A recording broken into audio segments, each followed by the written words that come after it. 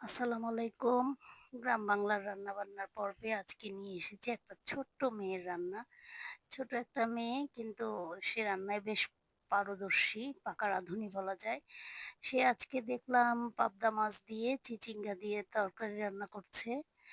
আমি বসে, বসে তাকে দেখছি আর তোমাদের সাথে শেয়ার করছি। তো দেখো সে মাছগুলোকে সুন্দর করে মসলা দিয়ে মাখিয়ে এখন তেলে ভাজছে। আর ওই চুলায় চিচিঙ্গাকে কেটে সে সেদ্ধ বসিয়েছে।